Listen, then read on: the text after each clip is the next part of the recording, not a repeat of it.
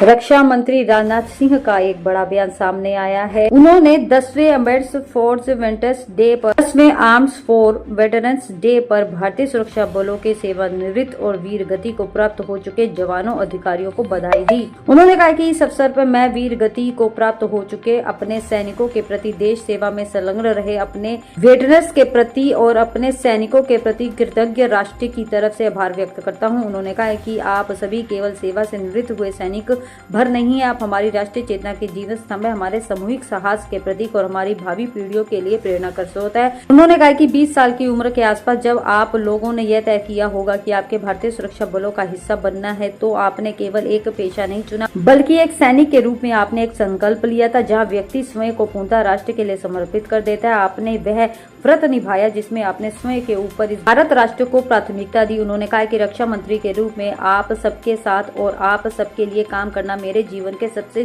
सुखद क्षणों में से एक है और ये मेरा सौभाग्य है कि मुझे अपने सैनिकों के जीवन में आ रही चुनौतियों को बेहद नजदीक से देखने का और उनके समाधान का अवसर मिला है। आगे कहा कि किसी भी सैनिक के लिए रिटायरमेंट सिर्फ एक शब्द होता है, असल मायने में कोई सैनिक कभी रिटायर नहीं होता। आप सब जब सेवा से निवृत्त हुए तो क्या आपकी सेवा समाप्त होगी? बल्कि नहीं, आपकी वर्दी व रंग बदल सकता है, आपके काम करने की जगह बदल सकती है, आपके आसपास रहने वाले लोग बदल सकते हैं, लेकिन आपके दिल में देशभक्ति और सेवा की भावना वैसी ही बनी रहती है जैसी पहले थी। एक वेटरन्स के रूप में आप राष्ट्र निर्माण के हर मोर्चे पर अपना योगदान देते हैं। आप अपने अनुशासन, नेतृत्व और समर्थ जैसे गुणों से समाज को दिशा दिखाते हैं। उन्होंने आगे कहा कि पूरा देश हर क्षेत्र में आपके योगदान को देख रहा है, महसूस कर रहा है। हमारी सरकार का भी यह मानना है कि हमारे सैनिक और वेटरन्स देश के मजबूत स्तंभ हैं। उनकी देखभाल करना हमारा नैतिक और भावनात्मक कर्तव्य है। हमारी सरकार भी अपने वेटरन्स के लिए बीते वर्ष में कई ठोस फैसले लिए हैं और आने वाले समय भी यह सिलसिला रुकेगा नहीं। रक्षा मंत्री ने आगे कहा कि आज हम सब जो देख रहे हैं, देश के कोने कोने में हमारे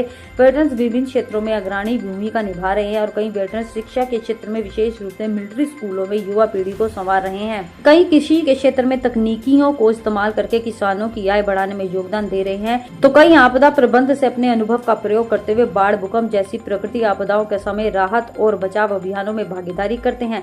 उन्होंने कहा कि हमारे प्रधानमंत्री नरेंद्र मोदी जब 2015 में अपनी श्रीलंका यात्रा पर गए थे तो उन्होंने IPKF मेमोरियम पर अपनी तरफ से भारतीय सैनिकों को श्रद्धांजलि अर्पित की थी। अब हम नई दिल्ली स्थित नेशनल वॉर मेमोरियम पर भी IPKF के शांति सैनिकों के योगदान को सम्मानित कर रहे हैं। आज प्रधानमंत्री नरेंद्र मोदी के नेतृत्व में हमारी सरकार ऑपरेशन भवन में भाग लेने वाले शांति सैनिकों के योगदान को न सिर्फ खुले मन से स्वीकार करें, बल्कि उनके योगदान को हर स्तंभ पर पहचान देने की प्रक्रिया भी चल रही है।